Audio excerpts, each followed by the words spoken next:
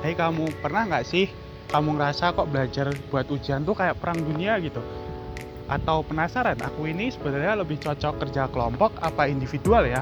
Nah, pas banget nih di video kali ini kita bakal bahas santai soal gaya belajar yang cocok buat kita, terus macam-macam keunggulan otak yang mungkin belum pernah kita sadari sebelumnya, sampai kepribadian yang bikin kita punya cara sendiri buat menghadapi aktivitas belajar tersebut.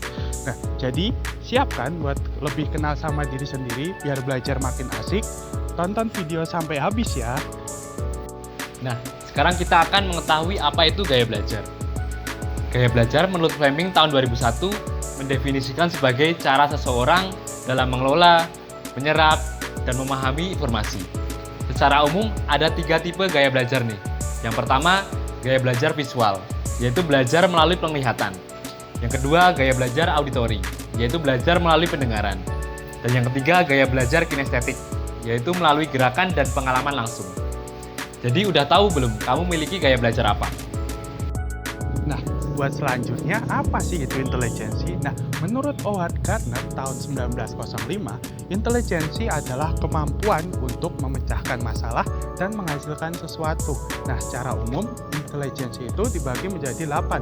Yang pertama itu ada kecerdasan linguistik atau bahasa, logika matematis, visual spasial, terus kemudian ada kinestetik atau kecerdasan gerak, kecerdasan musikal, dan lain-lain. Nah, intinya itu semua orang itu cerdas, tapi dengan cara yang beda-beda ya. Jadi, jangan bandingin dirimu sama orang lain gitu. Sekarang kita akan mengenal apa itu kepribadian.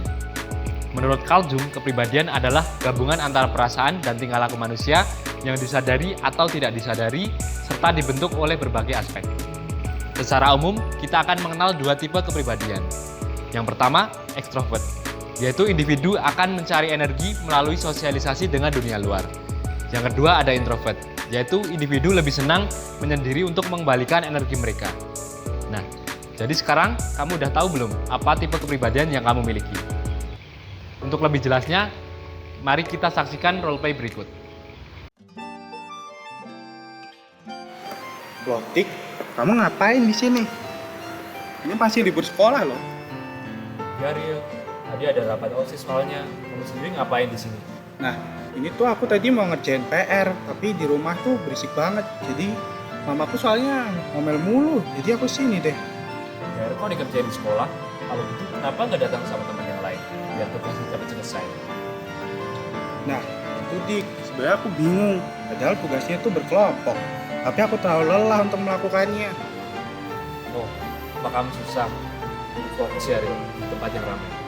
Iya, aku tuh perlu tempat di mana aku bisa membaca dan menulis dengan tenang. Apalagi dengan tugas kelompok itu aku nggak terlalu suka. Kamu punya tips nggak dengan kondisiku yang begitu? Kalau kamu suka menulis dan membaca, mungkin kamu memiliki gaya belajar visual, Rio. Iya, Tik. Tapi gimana soal kondisiku yang nggak suka tugas kelompok tadi? Kayaknya kamu introvert deh, Rio. Kalau tugas kelompok terlalu melelahkan buat kamu, kenapa nggak ngelakuin pembagian tugas saja? Jadi kamu bisa fokus tuh ngerjain apa yang kamu kerjain sendiri. Nah, iya sih, kebetulan sekali tugasnya ekonomi dan aku menyukainya. Jadi aku nggak terlalu susah sih. Ekonomi ya? Kalau aku lebih suka pelajaran bahasa Inggris sih. Yang lebih ke pembuatan skrip, drama kayak gitu. Wah, drama ya, Dik. Cocok banget sih buat kamu. Nah, setelah ngobrol sama kamu nih, aku jadi lebih tahu deh. Ternyata orang itu beda-beda ya, dan punya cara dan kelebihannya sendiri dalam belajar. Nah, bener Ril. Semua orang itu punya gaya belajar masing-masing. Jadi, setelah ini kamu udah tahu belum? Kamu memiliki gaya belajar apa? Iya nih, aku jadi tahu kalau aku tuh suka belajar di tempat yang tidak terlalu ramai dan tenang. Dan aku lebih suka membaca dan menulis. BTW, makasih ya udah ditemenin ngobrol sama udah dikasih tips juga. Ya udah, sana kerjain tugasnya. Malah ngasih ngobrol. Aku mau balik dulu ya. Nanti malah gantian aku yang diomelin mama. Ya udah, sono balik. Aku juga butuh ketenangan nih, biar tugasku cepat selesai. Ya udah, balik Udah, dulu. dadah.